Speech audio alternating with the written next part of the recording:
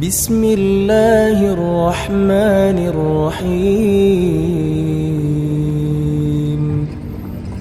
Karena di saat hari kiamat seluruh makhluk Allah subhanahu wa ta'ala, seluruh manusia, bahkan bangsa jin, semuanya berdiri habis dibangkit oleh Allah subhanahu wa ta'ala. Semuanya berdiri di hadapan Allah menunggu hisab dimulai lebih dari 50.000 tahun. Bisa enggak terbayang berdiri berapa lama?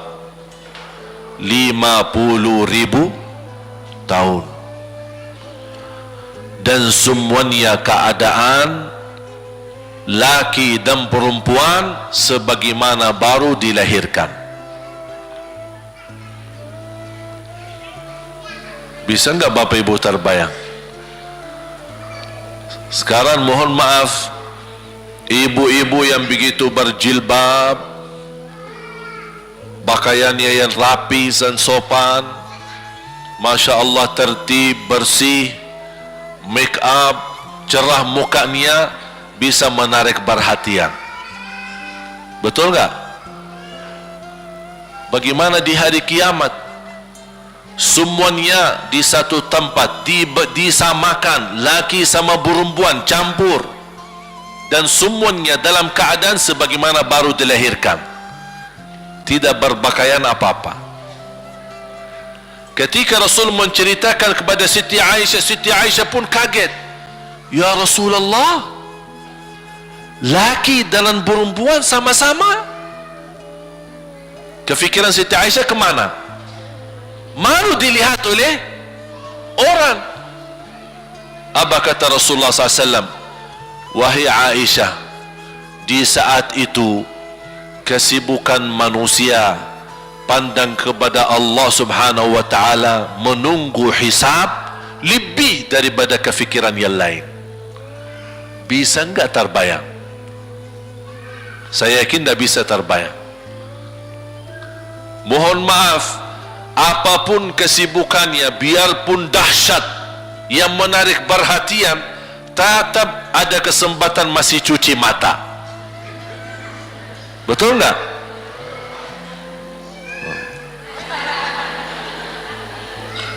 Tapi kalau di hari kiamat beda keadaannya. Apapun yang saya jelasin tidak akan mungkin Bapak Ibu bisa bayangkan, karena itu bukan dahsyat lagi, tapi di luar batas kemampuan kita. Makanya Siti Aisyah sebagai manusia wajar kalau terkejut. Ya Rasulullah, kami dan laki-laki sama-sama. Rasul maklumi fikiran Siti Aisyah sebagaimana memaklumi fikiran kita yang sama. Tapi ternyata kalau di sana beda. Makanya di saat itu belum lagi matahari didekatkan. Disebut dalam hadis mil, 1 mil. Di dalam satu hadis 1 mil adalah, kalau untuk dalam mata itu kan berapa ukurannya? Berapa senti ya? Sangat kecil. Betul? Kalau dalam bahasa Arab itu namanya mil. Berarti ukuran nanti di hari kiamat kita berdiri 50.000 tahun dan mataharinya dekat seperti ini. Di riwayat mil bukan yang itu maksud, tapi adalah ukuran perjalanan 1 mil. Kira-kira 1 mil cukup jauh? Sama, kurang lebih berapa kilo? 1,5 kilo? Ya, kurang lebih 1,5 kilo. Sekarang jutaan kilometer kita merasa panas. Sudah ada AC, sudah ada kipas, sudah ada ujang, sudah ada ini, tapi merasa begitu panasnya. Itu jutaan kilometer. Bagaimana kalau 1,5 kilo? Makanya Rasul menggambarkan nanti di hari kiamat, yang biasa di dunia kalau kita keringat dari atas ke, kalau di hari kiamat terbalik, keringat kita dari bawah ke atas. Ini tergantung dosa kita. Kata Rasulullah, ada yang kirinatnya sampai ke mata kaki, ada yang sampai ke lutut, ada yang sampai ke paha, ada yang sampai ke perutnya, ada yang sampai ke dadahnya, ada yang sampai ke lehernya, bahkan ada yang sampai merasa sudah sesak nafas, ingin melamatkan diri supaya tidak tenggelam di dalam kirinatnya sendiri. Dalam keadaan itu 50.000 tahun. Di situ manusia sudah merasa gelisah, sudah cukup merasa tersiksa. Semua larinya, penolong siapa yang bisa menolong kita? Kita minta tolong kepada siapa yang bisa menyampaikan hajat kita kepada Allah supaya mulai hisab? Karena sudah kita tidak kuat lagi. Semuanya larinya kepada Nabi Adam, Nabi Ibrahim, Nabi Nuh, Nabi Musa, Nabi Isa. Semuanya jawab yang sama, nafsi, nafsi, Allahumma sallim, sallim. Ya Allah, selamatkan diriku sendiri. Tak ada yang urus anak, istri, suami, keluarga, apalagi manusia lain. Sama keluarganya saja dia lari. Tak ada. Nafsi, nafsi, diri sendiri, ya Allah selamatkan. Diri sendiri, ya Allah selamatkan. Diri sendiri, ya Allah selamatkan. Nabi Adam jawab begitu. Suruh, barangkali Nabi Nuh bisa bantu kalian. Datang kepada Nabi Nuh, nafsi, nafsi, Allahumma sallim, sallim. Datang kepada Nabi Musa, nafsi, nafsi, Allahumma sallim, sallim. Datang ke Nabi Isa, nafsi, nafsi, Allahumma sallim, sallim. Sampai terakhir Nabi Isa berkata, ada satu, saya rasa dan yakin dialah yang bisa memberi bantuan. Dia tunjukkan, itu dia, namanya Muhammad sallallahu alaihi wasallam. Bayangkan semua manusia ini aja sekarang yang masih hidup berapa miliar? Kita tidak bisa dihitung berapa jumlah penduduk bumi. Bayangkan dengan umat terdahulu semua dikumpulkan dan semua menarah satu arah kepada Nabi Muhammad, minta tolong, ya Rasulullah, ya Muhammad, ya Habib Allah, tolong syafaatkan. Barangkali dengan bantuanmu, doamu, syafaatmu, bisa ini mulai dihisab supaya terselesai siksa yang kita hadapi. Begitu mereka datang, apa jawab Rasulullah SAW? Allahumma sallim, sallim, ummati, ummati. Ya Allah, selamatkan umatku, umatku.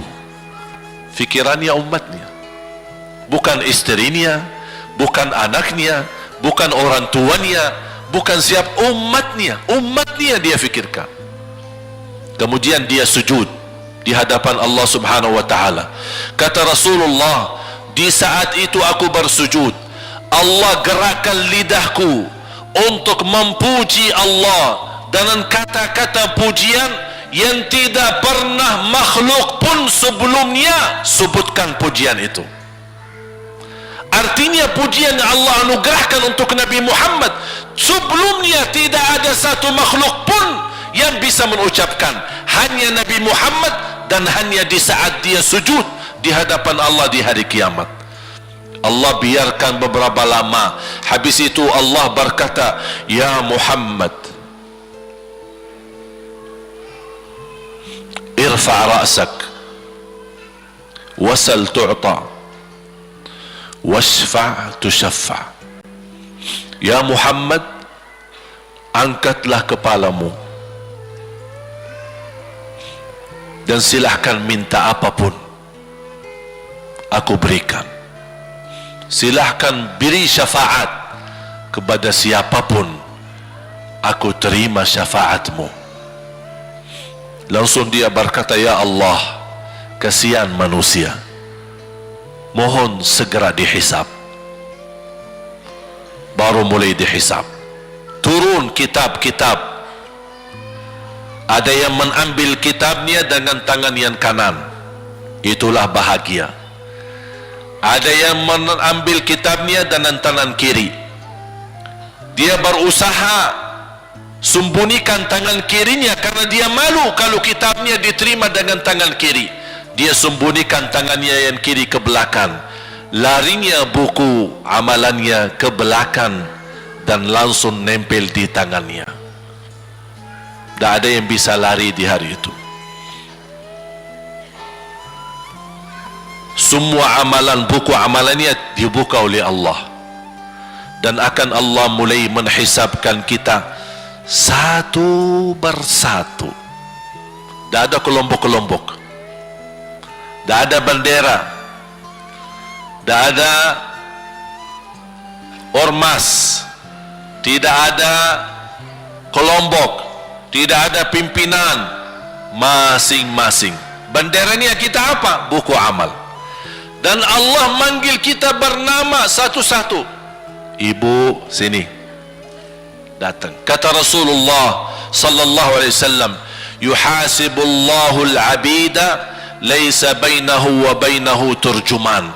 Allah akan hisab hamba-hambanya satu demi satu, bersatu-bersatu, dan tidak ada penerjemah. Jadi tidak bagi terjemah, translate. Ya Allah, saya tidak mengerti bahasa Arab, saya tidak mengerti bahasa, ya Allah, gimana ini, saya butuh translate atau acara supaya bisa bantu saya lulus dari hukum. Tidak ada. Yang hakim Allah, keputusannya Allah, yang menentukan Allah, mahkamah yang dikuasai Allah, hamba di hadapan Allah, saksi semua, tangan saksi, mata saksi, lidah saksi, kaki saksi, buku amal saksi, malaikat saksi. Bagaimana kita mau lari? Ditanya oleh Allah, hei hambaku, ingat enggak di malam itu, di tempat itu, kamu berlakukan dosa itu?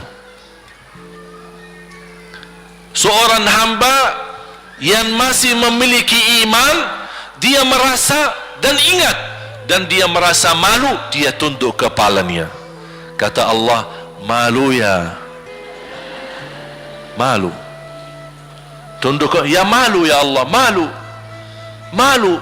Dan subhanallah, tanda rahmat Allah, ketika Allah bertanya dengan kita, tak ada orang lain yang bisa lihat. Supaya apa? Supaya hisab kita di antara kita sama Allah tidak terbocor kepada orang lain, supaya tidak malu sama orang lain. Allahu Akbar. Habis kita sudah raku diri, ya Allah, saya ingat dan saya rasa salah dan saya malu. Apa kata Allah? Waktu itu kamu lakukan dosa itu, aku tutupi, aku tutupi. Tak ada yang tahu. Kita lakukan dosa ini udah sekian tahun, ada yang tahu enggak? Tak ada yang tahu. Karena kita lakukan di saat sembunyi. Kata Allah, di saat itu kamu lakukan dan kamu tahu itu dosa, tapi aku tutupi supaya kamu jangan menjadi malu di depan keluarga atau di depan sahabat. Aku tutupi. Dan aku sekarang sudah menutupi dosamu di dunia, dan sekarang aku hapuskan dan ampuni dosamu di akhirat. Allahu Akbar. Disitulah terasa anugerah, ampunan Allah yang maha kuasa. Dan Allah di saat itu mampu menghukum kita. Dan kalau Allah menghukum kita, Allah tidak pernah menzalimi kita. Justru itu keadilan Allah, tapi Allah tidak memperlakukan keadilannya, justru yang mendahulukan ampunan dan kasih sayangnya. Habis selesai hisab, harus semua tanpa kecuali liwati neraka Jahannam di atas sirat. Sirat yang panjang, yang kejam seperti pedang, yang tipis sampai tidak bisa dilihat oleh mata. katanya tipisnya seperti, subhanallah, imam bisa jalan di atas rambutnya. Kejam lagi masuk di atas serat, terus jalan. Di saat itu ada doa yang menyelamatkan kita sampai menuju surga. Nabi Muhammad sallallahu alaihi wasallam, dia sudah duluan. Kalau Sayyidina Abu Bakar perjalanan di atas sirat disebutkan 100 tahun, tapi Sayyidina Abu Bakar satu langkah di atas sirat, langkah kedua di depan pintu surga. Dahsyat. Ini Sayyidina Abu Bakar seperti itu. Bagaimana Rasul? Rasul sudah menunggu di depan. Mulai manusia satu persatu jalan di atas sirat, dan Rasul di saat itu sibuk berdoa, Allahumma sallim sallim, ya Allah selamatkan umatku, ummati ummati ummati ummati, sampai mereka terselesai. Sampai di situ saja. Sebelum masuk surga ada berita gembira untuk umatnya Nabi Muhammad sallallahu alaihi wasallam. Tidak boleh ada yang masuk surga harus berjumpa dengan beliau dulu, tatap muka, dan disediain minum yang disebut air Al-Kautsar, dan di situ banyak gelas. Tinggal kita ambil gelas dan minum. Begitu kita mau ambil gelas dan minum, datang Rasul, jangan kamu minum langsung dari tanganku sendiri. Barang siapa yang minum dari tanganku tidak akan haus selama-lamanya. Allahu Akbar. Di situ terasa kemuliaan. Begitu kebahagiaan kita bertemu dengan Nabi Muhammad dan bisa langsung minum dari tangan Nabi Muhammad sallallahu alaihi wasallam. Bukan hanya begitu saja, bahkan Nabi Muhammad memegang tangan kita, mengajak kita masuk 8 pintu surga.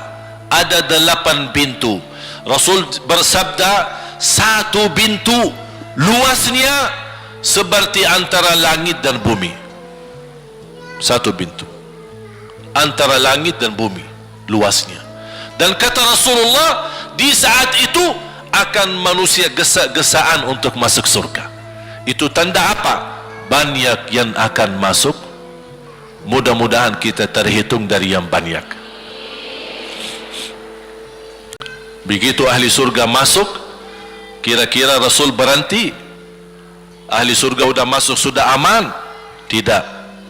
Rasul balik lagi, keluar dan menuju dari langkah sirat yang pertama, melihat ada enggak ternyata ada di antara umatnya yang tersisa, yang dosanya terlalu banyak, gesak-gesaan di jalan, merangkak di jalan sampai jatuh di dalam neraka. Rasul mana mereka? Masuk ke neraka. Kata Allah subhanahu wa ta'ala, melihat keadaan Nabi Muhammad SAW, apa yang dibutuhkan lagi? Kata Rasul, ya Allah, saya tidak akan puas masuk surga sampai hamba-hambamu yang ada di neraka, umatku, diselamatkan. Allah subhanahu wa ta'ala mengizinkan Nabi Muhammad keluarkan dari neraka. Dia keluarkan. Sudah cukup ya Nabi Muhammad? Tidak cukup ya Allah, masih ada lagi. Diambil lagi, dikeluarkan, diambil lagi, dikeluarkan. Artinya dari umat Nabi Muhammad yang masih banyak dosanya, yang masih banyak kelewatannya sama Rasulullah, yang tidak pantas memberi kemuliaan kepada Rasulullah SAW, dapat pula syafaatnya Nabi Muhammad. Yang tidak pernah memberi tanda sayang dan cinta kepada Rasul, dapat rasa sayang dan cinta Nabi Muhammad sallallahu alaihi wasallam.